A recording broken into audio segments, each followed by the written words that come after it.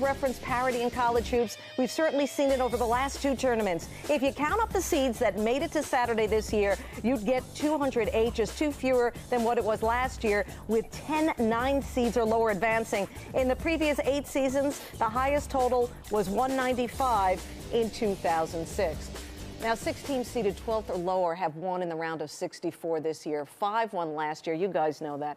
In 10 other seasons since '85, only 4 teams seeded 12th or lower have won in the round of 64. So, Bruce, what's the reason for all these lower seeds winning this year? It was consistent during the regular season, Linda. 22 times a top 5 team lost to a unranked team, and it's continued here in the NCAA tournament. A lot of guys leaving early. Teams are playing great defense. The talent level isn't that much different between the high major and the low major. And it's about one time in a 40-minute game. Anything can happen, Digger. The better team doesn't always win when it's just, win and you advance and lose and you go home. Well, if we look at all the conferences around the country, the A-10 has stepped up, obviously, the way they see they're playing, because they're tough, they're aggressive, they mix their defenses, they mix their offenses.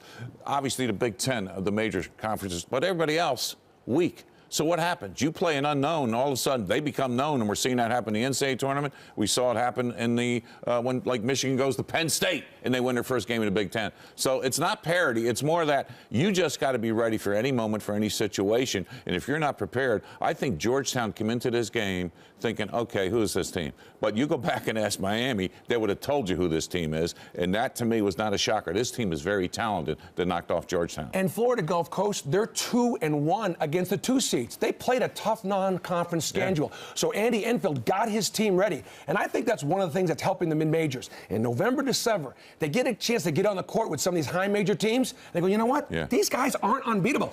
There was swag and confidence in these young, higher-seeded, lower-seeded teams. And Bruce brings up a good point. You look at Michigan State's non-conference schedule. He goes out, Izzle, and plays people. Other schools played a little soft because they're worried about their conference. It catches up to you when it comes to March Madness. Let me ask you something quickly. You're the coach of one of these underdog teams playing today. What do you tell your guys? It's got to help them, right? Seeing the upsets that have occurred so far. What do you tell your guys? Anything? You live for the moment, and this is your moment. And I think if you listen to his pregame talk, Gulf Coast, they were ready for this because he's going like, once the game starts, we just play who we are, and that's what you're seeing. But it's a tournament. Right. It's a weekend tournament, and all they got to do is win 2 games to get to the Sweet 16. That's how special it is.